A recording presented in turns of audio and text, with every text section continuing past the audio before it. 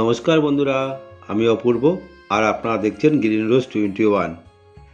বন্ধুরা, এই শীতের সিজন মানে উইন্টার কালেকশন যে গাছগুলো আমাদের আছে, মানে যত রকমের ফুলের গাছ, ফলের গাছ, তার মধ্যে যে সমস্ত গাছগুলোকে এখন আমি সার, যে একটা লিকুইড সার তৈরি করে গাছে দেবো, মানে সমস্ত গাছেই দেওয়া যাবে, শুধু একটা গাছেই দেওয়া যাবে না, সেটা বলবো কোন গাছে দেওয়া যাবে না। তা এখন আমাদের প্রতিটি বাগানেই সুন্দর সুন্দর ফুলে ভরা, আর আমি এখন যে সারটা তৈরি করব, যে লিকুইড সারটা তৈরি করে দেব, সেই অতি সহজ আর একটু খোঁজখবর নিলেই সব জায়গায় পাওয়া যাবে।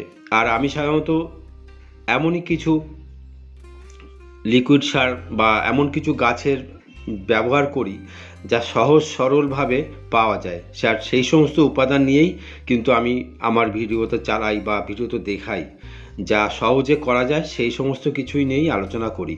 তা আজকে সেরকমই একটা লিকুইড সার আমি সহজ পদ্ধতিতে তৈরি করা যায় সেটা নিয়েই আলোচনা করব, আর সেটা প্রয়োগ করা যাবে সমস্ত গাছে।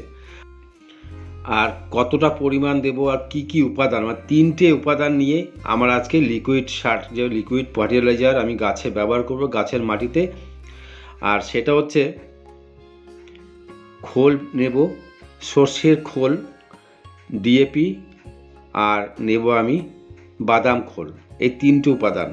সর্ষের খোল একটু হাতের কাছে খোঁজ খবর করলেই কিন্তু পাওয়া যায়, যেখানে সর্ষে ভাঙানো হয় বা যেখানে তেল বিক্রি করে সর্ষের তেল, সেইখানেই কিন্তু পাওয়া যায়।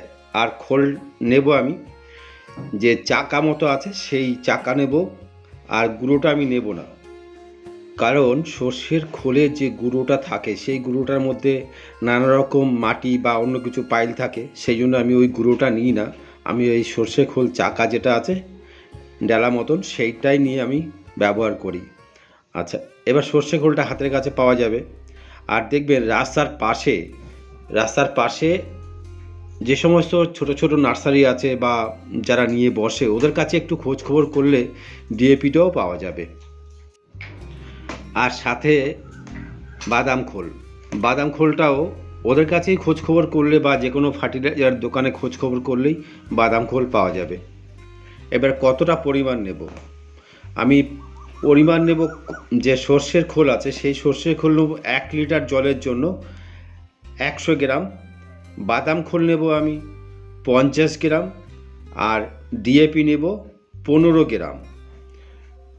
এই তিনটি উপাদান 1 লিটার জলে ভিজিয়ে তারপরে আমি 5 থেকে 7 দিন রেখে সেই জল আমি গাছের মাটিতে দেব। সেটা কিভাবে দেব,